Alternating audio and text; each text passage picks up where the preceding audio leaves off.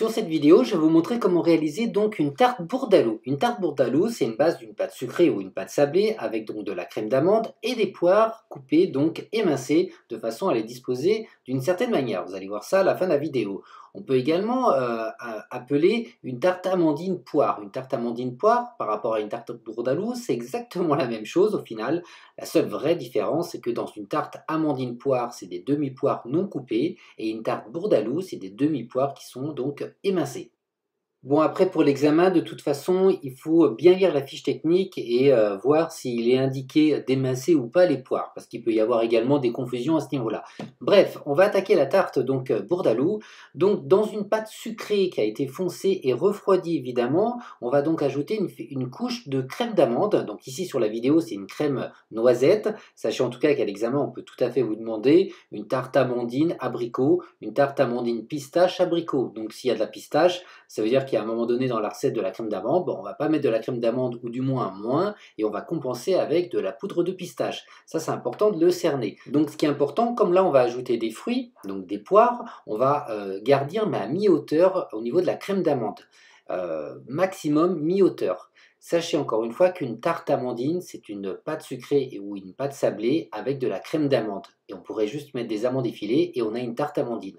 Voilà une tarte amandine. Ensuite, à l'examen, on peut vous demander une tarte amandine abricot. Donc à ce moment-là, on va tout simplement ajouter des abricots sur la crème d'amande. Si c'est marqué, comme je l'ai dit à l'instant, si c'est une tarte amandine pistache abricot, c'est qu'à un moment donné, il va falloir ajouter soit de la pâte de pistache ou des pistaches en poudre pour réaliser notre crème pistache ou crème noisette. Là, c'est une crème noisette, mais ce qui est important vraiment de comprendre dans cette petite intro pour la tarte bourdaloue, c'est qu'une tarte bourdaloue, c'est par rapport à la disposition des poires, mais mis à part ça, une tarte amandine, c'est une tarte avec une base d'une pâte sucrée ou une pâte sablée avec une crème d'amande, tout simplement. Ensuite, on peut dire tarte amandine abricot, tarte amandine au mirabelle, tarte amandine framboise, tarte amandine poire. J'espère que vous avez compris à ce niveau-là et on va maintenant commencer le montage de la tarte. Après avoir donc garni sa tarte, ou du moins la laissé au frais, on va donc s'occuper des fruits. Donc ici, c'est des demi-poires, donc c'est des poires boîte de conserve. À l'examen, c'est ce que vous allez avoir. Et on va donc déjà, dans un premier temps, enlever, vraiment éponger le maximum de sirop. Donc il ne faut surtout pas hésiter vraiment de passer du sopalin pour absorber vraiment un maximum de sirop. Ensuite, on va venir donc émincer. Tenez bien vos doigts. Voilà, comme dans la vidéo là, et on vient tout simplement émincer en tenant le couteau sur ses doigts. Donc on maintient bien la poire et on va venir voilà découper avec une épaisseur identique, ça c'est important.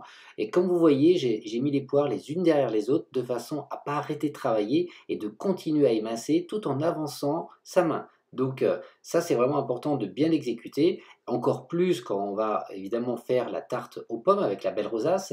On est dans le même esprit au niveau du travail, c'est-à-dire être ordonné et découper en deux donc nos poires. Donc là elles seront déjà découpées et on va donc les émincer progressivement en ayant et en faisant vraiment attention d'avoir la même épaisseur.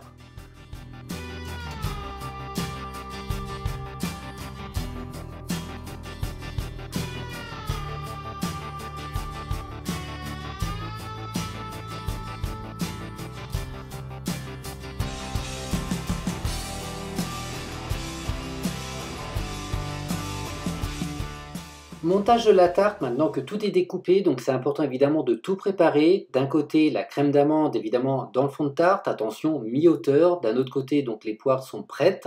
Donc vous avez enlevé l'excédent de sirop et vous les avez découpées. Vous prenez avec la palette donc une demi-poire, voilà, vous positionnez bien devant vous.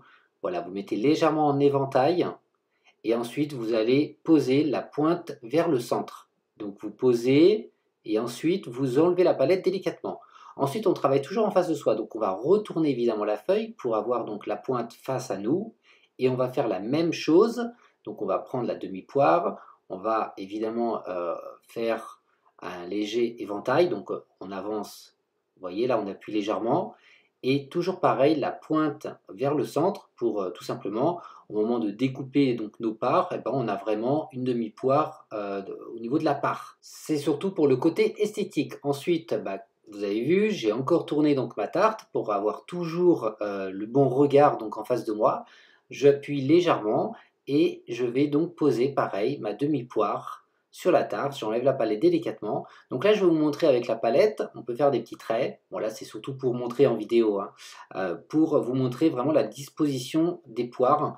L'idée, c'est vraiment de pouvoir en mettre 6. 1, 2, 3, 4, 5, 6. 6 demi-poires. Dans les boîtes de conserve, les poires font la même taille, donc vous pouvez facilement en mettre 6. Maintenant, si vous utilisez des poires fraîches, peut-être que 5 demi-poires, ça va suffire. Mais idéalement, et en général, on en met 6. Il reste toujours des petits morceaux de poire au moment de la découpe qui sont détachés. Moi, je vous conseille de les mettre au milieu. Voilà, comme ceci. Donc, on appuie bien pour bien positionner. Faites attention quand même que les poires ne touchent pas trop le rebord, parce que sinon, ça peut tout simplement décuire un petit peu la pâte et elle risque tout simplement de mal cuire au four. Et une fois que c'est terminé, on va tout simplement ajouter donc les amandes effilées. N'oubliez pas les amandes effilées, surtout quand c'est noté sur la fiche technique. On va positionner les amandes effilées donc là où il y a la crème, pas sur les fruits, mais là où il y a de la crème, vraiment pour donner vraiment une belle tarte. Et ensuite, bah, elle est terminée. Vous pouvez très bien chez vous la réaliser et la mettre au frigo et la cuire le lendemain. Vous pouvez également la congeler comme ça, crue. C'est ce qu'on fait en entreprise pour tout simplement avoir de la mise en place et cuire le matin en fur et à mesure nos tartes. Comme ça, on a toujours des tartes fraîches. Mais en entreprise, évidemment, on a un surgélateur. Donc chez vous, vous pouvez vraiment le faire avec des poires, mais pas avec n'importe quel fruit. Et là, c'est terminé. Il ne vous reste plus qu'à la faire glisser sur la plaque de cuisson et la mettre au four si vraiment vous voulez la cuire dès maintenant. Chez vous, évidemment, vous pouvez faire vos tartes, encore une fois, en avance, les laisser au frigo et la cuire le lendemain matin. C'est toujours meilleur une tarte cuite du jour même. Pour la durée de cuisson, c'est très variable. On va dire à peu près 45-50 minutes à 180 degrés, 170 degrés. Bref, il faudra analyser par rapport à votre four. Une fois la tarte sortie du four, vous pouvez évidemment repasser un petit coup de couteau tout autour si toutefois il y a un peu de pâte qui déborde, quitte même avec un petit économe, gratter légèrement autour de la tarte, vraiment juste pour donner un visuel un peu plus net. Et une fois que c'est terminé, vous allez donc pouvoir la napper. Le nappage est vraiment très important pour les tartes. Déjà, ça va donner évidemment de la brillance, donc au niveau qualité organoleptique, ça va vraiment donner envie. Ça va montrer que votre tarte est fraîche. Ensuite et surtout, ça va protéger votre tarte.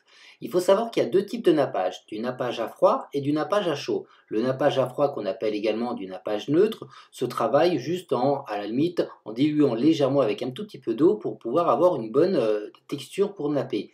Le nappage à chaud se met dans une casserole avec un filet d'eau et on fait bouillir le tout pour avoir quelque chose de bien fluide. Dès que vous avez fini de napper, on va donc mettre un peu de sucre glace tout autour de la tarte, donc ça c'est pas obligatoire, moi j'aime bien faire ça, ça va faire ressortir évidemment les fruits, donc un peu de sucre glace, vous voyez là cette petite saupoudreuse, elle est vraiment efficace, je vous encourage à la prendre pour vous, elle est vraiment top. Donc voilà, on a tout simplement à mettre un peu de sucre glace tout autour et après on va tout simplement mettre un carton à entremets sous la tarte. Et voilà pour la tarte bourdaloue qu'on peut également appeler tarte amandine poire, hein, suivant la disposition des poires évidemment. Je pense que vous l'avez bien compris, donc maintenant c'est à vous de jouer et j'attends de voir vos réalisations.